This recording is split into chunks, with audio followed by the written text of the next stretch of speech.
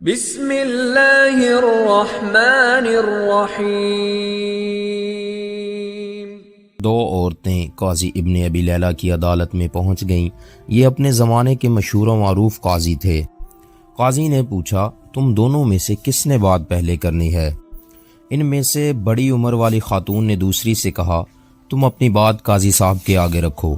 وہ کہنے لگی، قاضی صاحب، یہ میری پھپھی ہے، میں اسے امی کہتی ہوں، چونکہ میرے والد کے انتقال کے بعد اسی نے میری پرورش کی ہے اور یہاں تک کہ میں جوان ہو گئی۔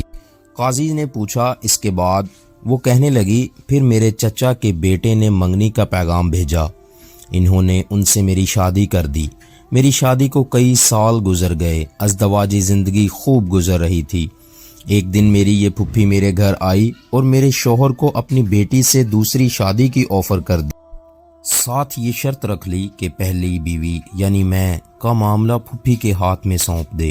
میرے شوہر نے کنواری دوشیزہ کے شادی کے چکر میں یہ شرط مان لی۔ میرے شوہر کی دوسری شادی ہوئی۔ سہاگ رات کو میری پھپھی میرے پاس آئی اور مجھ سے کہا، تمہارے شوہر کے ساتھ میں نے اپنی بیٹی بیاہ دی ہے، تمہارے شوہر نے تمہارا معاملہ میرے ہاتھ سونپ دیا ہے، میں تجھے تیرے شوہر کی وکالت کرتے ہوئے طلاق دیتی ہوں۔ قاضی صاحب، میری طلاق ہو گئی۔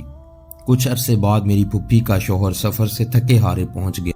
وہ ایک شاعر اور حسن پرست انسان تھے۔ میں بند سور کے اس کے آگے بیٹھ گئی اور ان سے کہا، کیا آپ مجھ سے شادی کریں گے؟ اس کی خوشی کا ٹھکانہ نہ رہا، اس نے فوری ہاں کر لی۔ میں نے ان کے سامنے شرط رکھ لی کہ آپ کی بیوی یعنی میری پھپھی کا معاملہ میرے ہاتھ سونپ دیں۔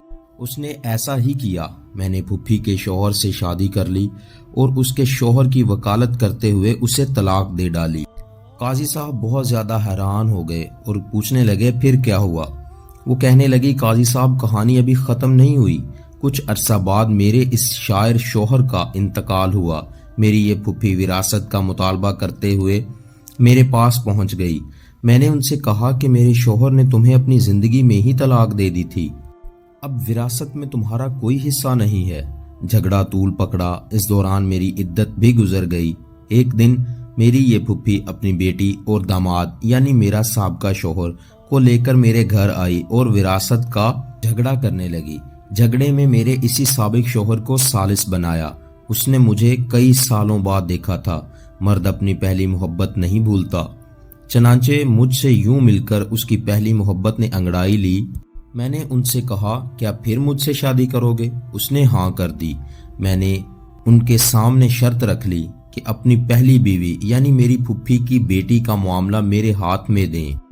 اس نے ایسا ہی کیا۔ میں نے اپنے سابق شوہر سے شادی کر لی اور اس کی بیوی کو شوہر کی وکالت کرتے ہوئے طلاق دے دی۔ قاضی ابن ابی لیلہ سر پکڑ کر بیٹھ گئے۔ پھر پوچھا کہ اس کیس میں اب مسئلہ کیا ہے؟ میری پھپھی کہنے لگی، قاضی صاحب، کیا یہ حرام نہیں کہ میں اور میری بیٹی دونوں کی یہ لڑکی طلاق کروا چکی ہے، پھر میرا شوہر اور میری بیٹی کا شوہر بھی لے اڑی، اسی پر بس نہیں، دونوں شوہروں کی وراثت بھی اپنے نام کر لیا ہے۔ قاضی ابن ابی لیلہ کہنے لگے، مجھے تو اس کیس میں حرام کہیں نظر نہیں آیا۔ طلاق بھی جائز ہے، وکالت بھی جائز ہے۔ طلاق کے بعد بیوی سابقہ شوہر کے پاس دوبارہ جا سکتی ہے، بشرط یہ کہ درمیان میں کسی اور سے اس کی شادی ہو کر طلاق یا شوہر فوت ہوا ہو۔ تمہاری کہانی میں بھی ایسا ہی ہوا ہے۔